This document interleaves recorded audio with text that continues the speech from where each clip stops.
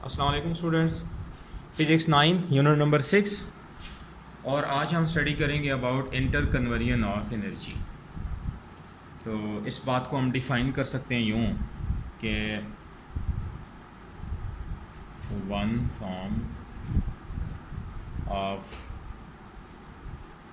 Energy can be converted into other form, but total amount of energy remains constant या conserved भी कह सकते हैं। This is inter conversion of energy. ठीक है, इसकी बहुत सारी एग्जांपल हैं, जिसमें से एक वेरी सिंपल एग्जांपल जो डेली लाइफ में आपको फेस भी आती है वो है रबिंग ऑफ हैंड्स। जब आप अपने हाथ को रब करते हो ना, तो ये मैकेनिकल एनर्जी होती है जिसको आप यूँ रबिंग में यूज़ कर रहे हो, और फिर आपके हाथ गर्म हो जाते हैं रबिंग से, फ्रिक्शनल एनर्जी से। तो ये क्या कहलाता है, ये मैकेनिकल एनर्जी किस में चेंज हो जाती है? थर्मल एनर्जी में चेंज हो जाती है। ठीक है, mechanical energy changes into thermal energy. ठीक हो गया। एक और एग्जांपल जो आपकी बुक में डिस्क्राइब की गई है, बड़ी आसान सी है, देखिएगा, और बड़ी मज़े की भी है।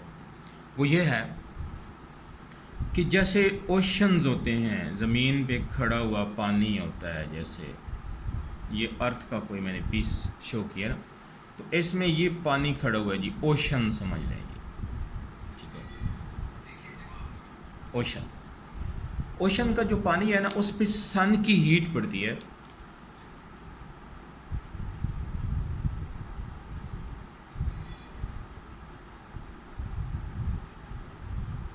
सन से आने वाली हीट एनर्जी इस पानी को गर्मा देती है। ठीक हो गया, ये क्या थी भाई? हीट एनर्जी सन से जो आ रही थी। इसने पानी की जो एनर्जी है ना उसको चेंज कर दिया। मॉलिक्यूल्स जो थे ना, उन्होंने तेज़ी से मूव करना शुरू कर दिया, और इस तरह जो वाटर की थर्मल एनर्जी है ना उसमें इंक्रीज आ गया, थर्मल एनर्जी। ठीक है, देखो हीट एनर्जी किस में कन्वर्ट हो गई है?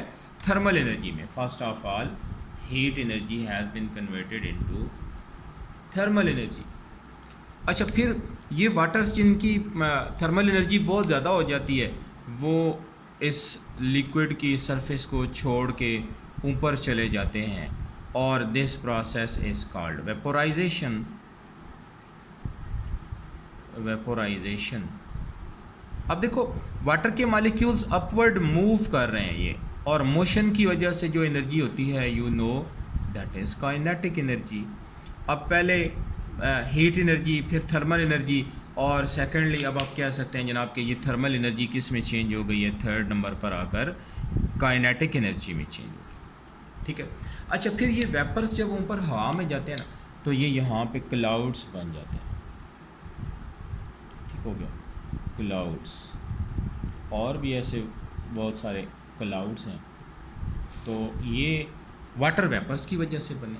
अब आप देखें ना, ये वेपर्स यहाँ पर थे, अब यहाँ से ये यहाँ पहुँच गए हैं। अब इनकी ये जो काइनेटिक एनर्जी है ना, ये किस में चेंज हो गई है भाई?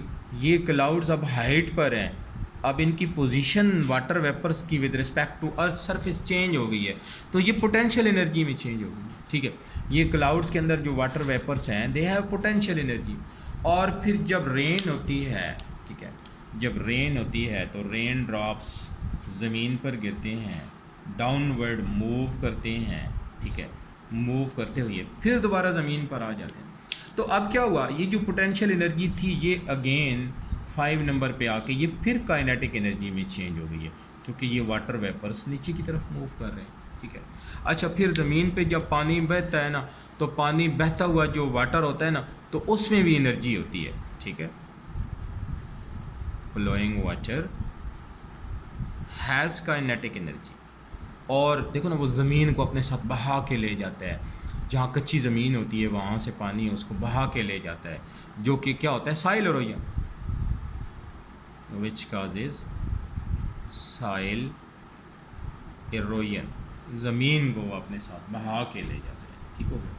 तो यूँ एनर्जी की एक फॉर्म जो है वो दूसरी फॉर्म में कन्वर्ट होती रहती है, लेकिन जो टोटल एनर्जी है ना वो कंजर्व रहती है। अब देखो, आप हीट एनर्जी जो है ना वो थर्मल एनर्जी में कन्वर्ट हुई, थर्मल एनर्जी काइनेटिक में, काइनेटिक पोटेंशियल में, पोटेंशियल फिर काइनेटिक में। तो ये एनर्जी की one form can be converted into another, but the total energy remains conserve. This is called law of conservation of energy. Okay, wish you good luck. Allah Hafiz.